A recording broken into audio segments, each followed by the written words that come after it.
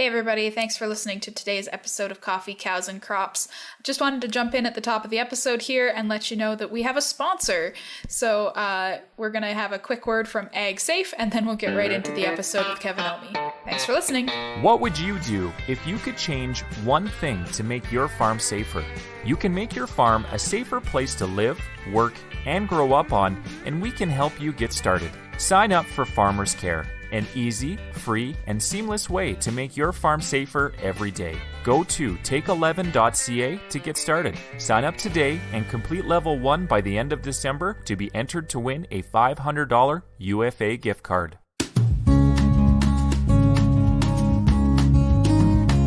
Coffee, Cows, and Crops is produced by the Peace Country Beef and Forage Association and hosted by Extension Coordinator Johanna Murray. On this podcast, we discuss management practices and research results with scientists, ranchers, researchers, and farmers. We strive to share innovative information and farming practices supported by sound science and practical wisdom. So grab a cup of coffee and let's get learning. Hi everybody, thanks for tuning into today's episode of Coffee, Cows, and Crops. On today's episode, I'm chatting with Dan Benson, the agricultural water specialist from Alberta Ag and Forestry. And today we're going to be chatting about farm and ranch water quality and managing dugouts through drought. But before we get into all of that, Dan, would you like to introduce yourself and maybe tell us a bit about how you got into water quality work? Sure.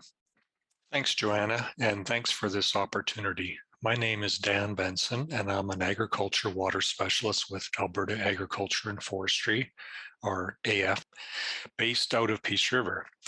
I guess to start with, I was raised on a mixed farm located in the county of Camrose. After graduating from NAIT, I started as a term with PFRA working on applied research related to water quality with farm dugouts. In 2013, I started with Alberta Agriculture and Forestry in my current role.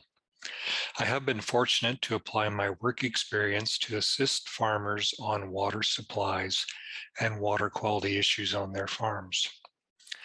I am one of 5 agriculture and forestry water specialists across the province that can provide assistance on agriculture water issues. Awesome. So to get us started, what's the most common issue with water quality in Northern Alberta, would you say? When we are talking about water quality, it is important to note that many areas of the Peace region don't have an option to access groundwater as a water source.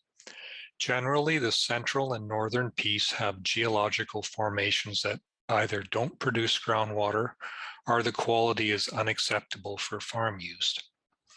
There are a few local exceptions to this, located in relatively shallow gravel aquifers. When talking about surface water, generally the most common issue with water quality is the high nutrient load that can cause poor water quality. When water moves across the land, it can pick up nutrients and sediment. Surface water runoff can also contain microbiological organisms such as viruses, bacteria, and protozoa. The other issue that is a concern is availability. Dugouts are usually filled by snow melt runoff. If we have a dry winter with little snowpack, the amount of spring runoff can be significantly reduced. Right, that makes sense. I know that was an issue this year for sure. So what are the top 3 things, since we're working primarily with dugouts and surface water, what are the top 3 things that people need to think about when they're building a dugout? Okay, the first thing you need to be concerned about is you need to determine your runoff potential, which is the available watershed that will fill your dugout. The best way to determine where the water runs in the spring is by spending some time at the site viewing the spring runoff. If you're not familiar with the flow of the spring runoff on a land parcel, the information can be interpreted by someone with experience with topographical maps. The second one is you want to size your dugout based on your planned usage and the runoff potential. You will need to determine what the demand is on the dugout, that is, how much water you are going to use in a year. You will also need to determine if there will be water used in the winter. At this point, we're able to determine an appropriate size for the dugout. For example, if the dugout is located in a relatively small watershed, it will be sized larger than the same water use demand dugout in a larger watershed. Location within the province also makes a difference when sizing a dugout. Dugouts in northern Alberta require a smaller watershed than dugouts further south because of deeper snowpacks in the north. It is generally recommended that the size be sufficient for a 2-year supply. The third one is consider the location when siting a dugout. Be aware that activities on the watershed have a large impact on water quality. Evaluate and adapting land use practices can improve dugout water quality and longevity. Cool. And for the purpose of this topic, watershed is the area that's going to be draining into that dugout, right? So when we're talking watershed, it is where water was to land on the land that supplies a given point downstream. So, of course, there are large watersheds within the province and much smaller watersheds within those. Okay. So it's basically the area that provides water to any given point. Gotcha. That makes sense. We've talked to a couple of the watershed groups in the area, so I just wanted to see if it was the whole watershed you were talking, or if it was something more like you were talking about where it supplies water to a certain point. All right. I know there are some different guidelines for wall slope and dugout shape that you have to follow when you're building a dugout. Can you talk a little bit about why that's so important? Sure. The shape of a dugout should be a rectangle, with the wall slopes being no less than 1.5 to 1. Slopes are defined as run over rise. For example, a 1.5 to 1 slope would be 1.5 meters on the horizontal for every 1 meter depth. If you're unable to walk up the bank of a dugout, it's likely too steep. There are two reasons we need to be concerned about slopes. The first has to do with the stability of the walls after construction. If the slopes are less than 1.5 to 1, say 1 to 1, are straight walled, which is 0 to 1, the walls are highly likely to cave or slough in. When this occurs, the capacity will be reduced and you will have issues with sediment in the water. Think of it as if you're paying for excavation that will fall back into the dugout. You definitely don't want that. The second reason we are concerned about slopes is for safety reasons. If slopes are too steep, they are a safety hazard. Steep slopes make it very difficult for people or livestock to get out of the dugout if they were to fall in. We have all heard of situations where livestock have fallen into dugouts and are unable to get out, leading to drownings. We definitely want to prevent that. Part of the planning for construction is determining what type of excavation equipment your contractor will be using.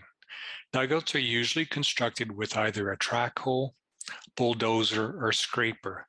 Sometimes a combination of more than one are used. If a track hoe is used, a narrow rectangular shape is often preferred. A narrow design allows for the hoe to excavate and move the spoils, or the excavated material, away from the edge of the dugout. This allows for more efficient soil movement and cost savings. If a dozer or scraper is used for construction, the slopes are generally 1.5 to 1, or 2 to 1 for the sides, and 4 to 1 for the ends. The shallower slopes are required for the equipment to move material out of the dugout. It is important that spoil piles be moved away from the edge of the dugout to reduce the risk of the bank sloughing back into the dugout. If the spoil is left at the edge of the excavation, the extra weight load on the banks can cause instability of the slopes. Placing the slopes piles at least 5 meters back also reduces the amount of soil being carried back into the dugout by overland flow. I always recommend leveling and seeding spoil piles to prevent material washing back into the dugout. That makes sense. So on the topic of things washing into into your dugout, are there common symptoms to watch for in your dugouts to help catch issues early with either contaminated runoff or any of that sort of stuff? Yeah, there is. My advice is to check your dugout often. Look for signs of excessive weed growth, algae, or cyanobacteria. Dealing with problems that arise early is usually more successful than waiting until midsummer. It's important to identify the issue so the appropriate treatment can be applied.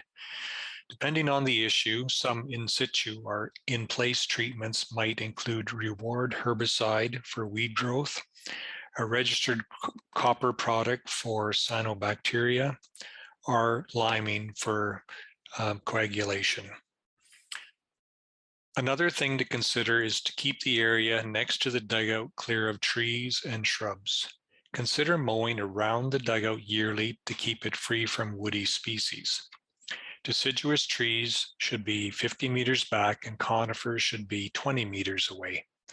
We want to avoid the leaves and needles entering the dugout, adding to the nutrient load. Keeping the area open will also help with the natural aeration of the dugout, which will improve water quality. It is important to understand that a dugout is similar to any other natural water body. The quality will change with the seasons and the water quality will deteriorate as the dugout ages. That makes sense. So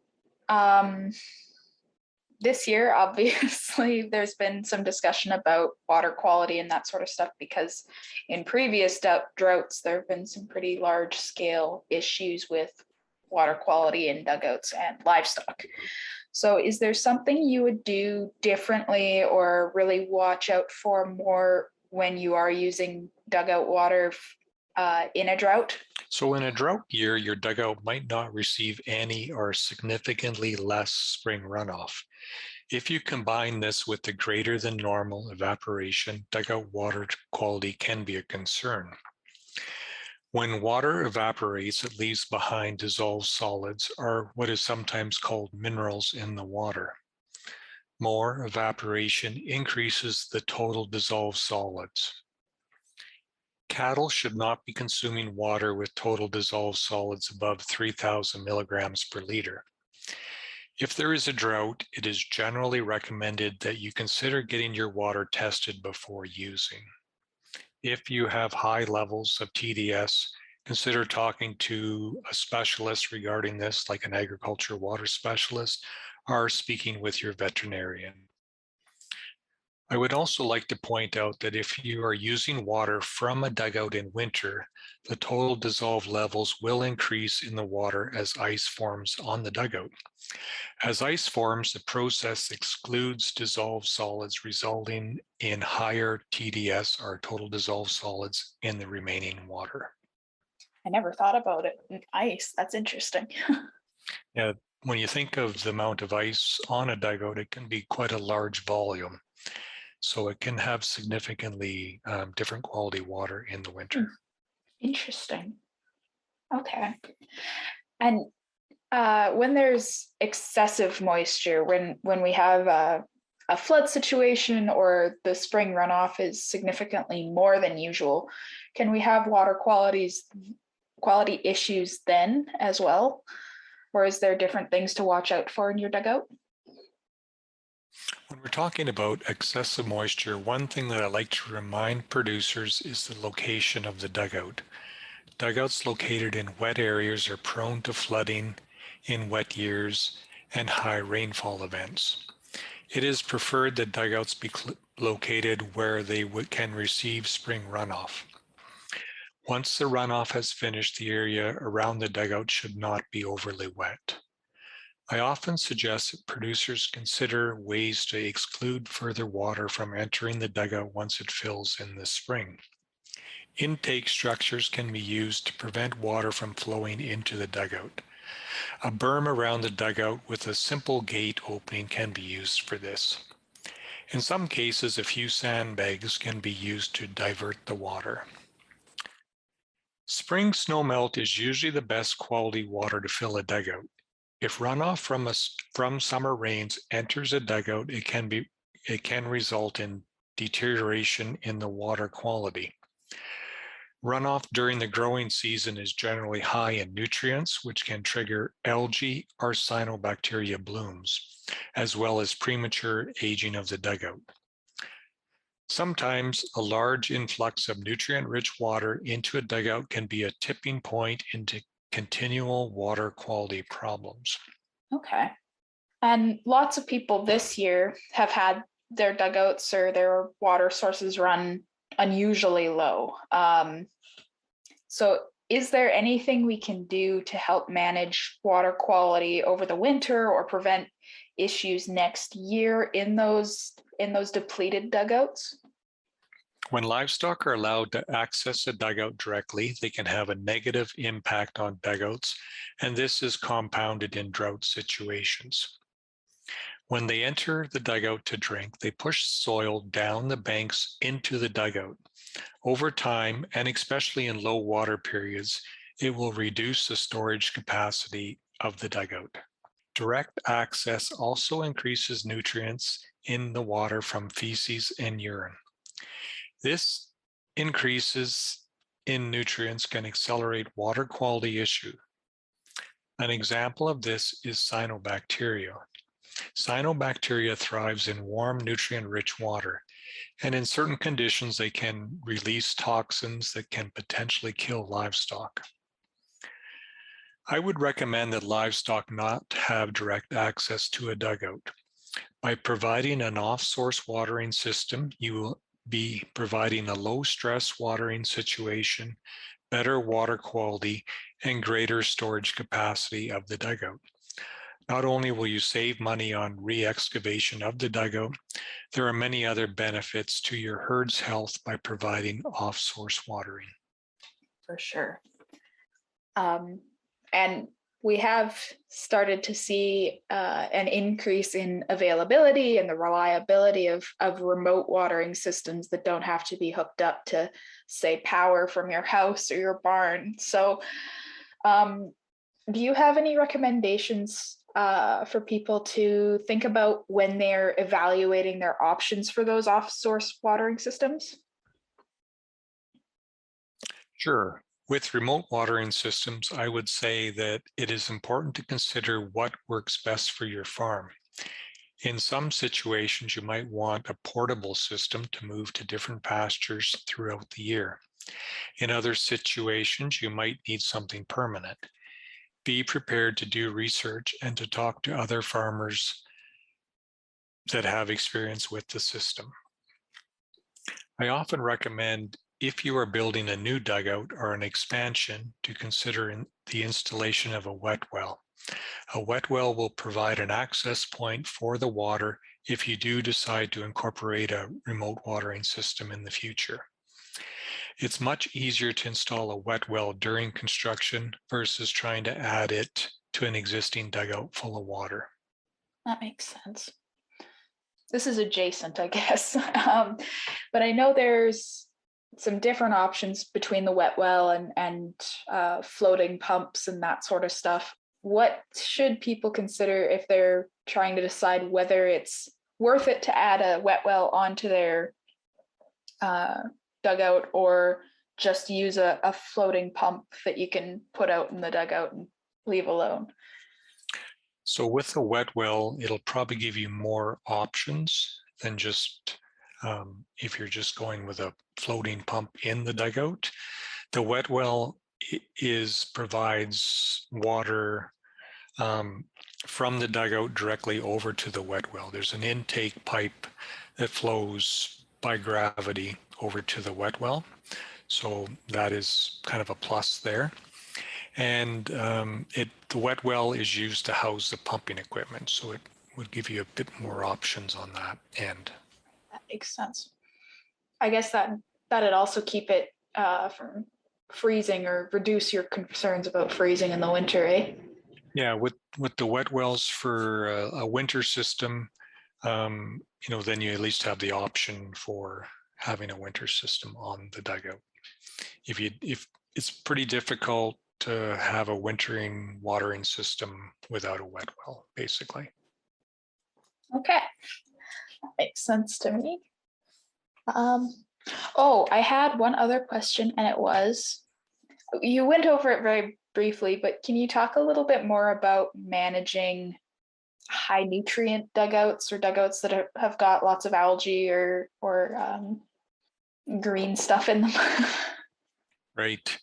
So I'll start off by saying, as the dugout ages, it's going to have a higher nutrient load generally as it gets older, because there's more nutrients make their way into the dugout. They're definitely a challenge. The higher nutrients you have, the more issues you're going to have with water quality. If you can remove the weeds over time, that will help. It's like harvesting a crop. You're removing nutrients out of the dugout. So if you have weeds, if you can remove them, that's a good thing. Sometimes if you have duckweed is a small plant that is on the surface of the dugout. People often consider it or think it's an algae, but it's actually a plant. If in certain conditions, if the wind is blowing, it'll blow to the side of the dugouts, and if you can rake that out, that can help improve your dugout. You're pulling nutrients out of the dugout. Another thing is you can remove cattails in the winter. The material above the ice, you can cut those off and remove those out. That can help remove nutrients. And there's other methods too. There's kind of different cutters out there that you can throw out and it'll cut the weeds off, and then you can rake those out. So anytime you can remove nutrients out of the dugout, you're improving water quality. If you have a real problem, you may consider pumping the water out of the dugout and replacing it with new water. That's not always possible. But if you are expecting a good runoff in the spring, that could be an option if you're not needing the water for the winter. Usually the final option you have is to re-excavate and remove that organic layer out of the dugout. So that's kind of like your last potential option. So that can be part of a dugout expansion is one possibility. So no easy, quick fix generally. Yeah. Is there anything else you'd like to mention? Anything that we've skipped over that you'd like to talk about in a bit more detail here? Sure. One resource that I'd like to recommend is the Alberta Agriculture and Forestry publication, Quality Farm Dugouts. This publication has detailed information on planning, design, construction, operating systems, water quality, water treatment, and other information related to dugout management. And it's well worth the time reviewing. So you can just do a search and find that publication online. I would also like to mention that a dugout calculator is available at the AF internet site. This calculator is a useful tool for planning a new or an expanded dugout. The calculator is set up so that you can input sizes and slopes to determine volume. So you can play around with it and use different numbers to determine what volume you want. If someone has questions on water quality, I recommend the Rural Water Quality Information Tool located on the AF internet site.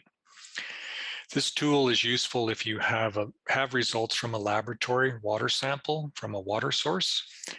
You can enter the results from the lab test and it will provide interpretation for you depending on your water use. So if you're using water for your household or for your livestock, you can pick those different parameters.